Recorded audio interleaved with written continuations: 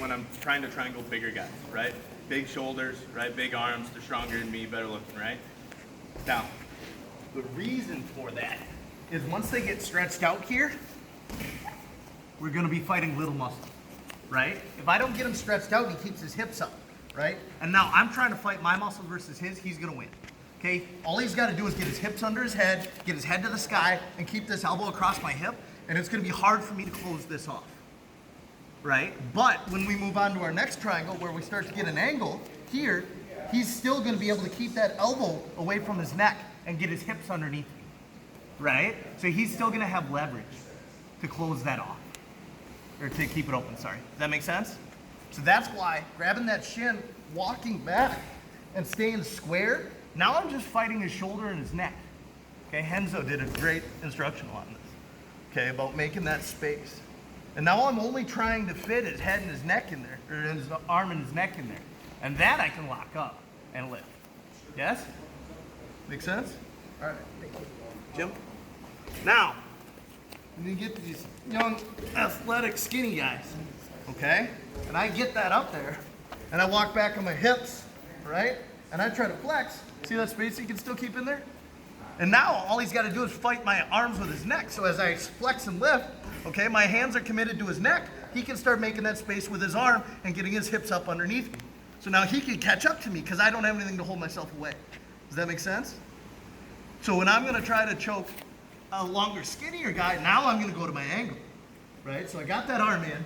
I'm going to dive under his leg, and I push my butt out, almost like I was going for an arm bar. And when I underhook that leg, Sam, this is what I was talking about, I really want to pull myself to the side. My foot may come off his hip, that's fine. As long as it doesn't fall and give him space to pull that arm out, right? It's okay. So I just keep the knee up next to my foot to trap that arm in, get my angle, and now I do the same thing to lock it up, okay? This time I'm pulling everything in. Instead of lifting and flexing to try to cut off that space, I'm pulling his head, my legs, my knees, everything into the ground to try to make this triangle smaller. Does that make sense? As long as his arm is inside my hip, I don't need to worry as much about getting his arm across my chest. Ideally, yes, I'd like to be here. But if it doesn't work, that's okay.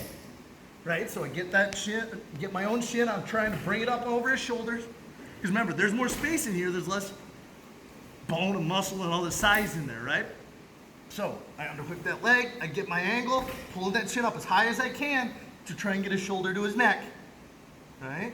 Over the top, toes up, heels down. I'm up in my knee pit, not down on my calf. There's no space here. Okay? My tendon here should be on the back of this tendon.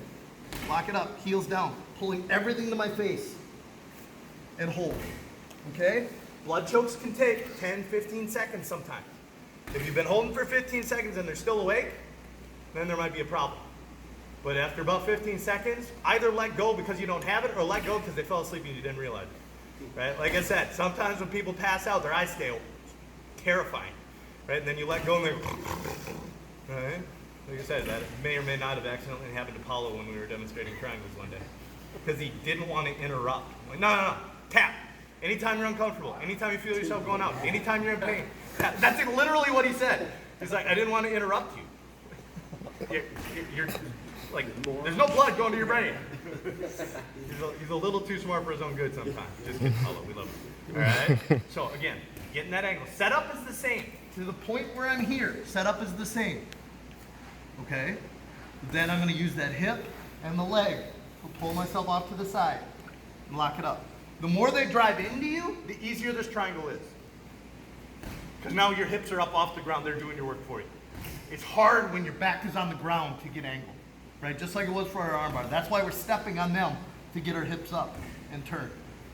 Yes? Questions? 1, 2, 3.